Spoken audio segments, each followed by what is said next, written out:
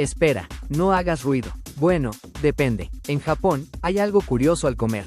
El silencio es importante, pero no es porque esté prohibido hablar, es por respeto. Respeto a la comida y a las personas contigo.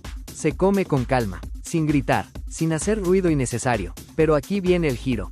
Con algunos platos, sí puedes hacer ruido, como con los fideos. Sorber es normal, porque significa que lo estás disfrutando.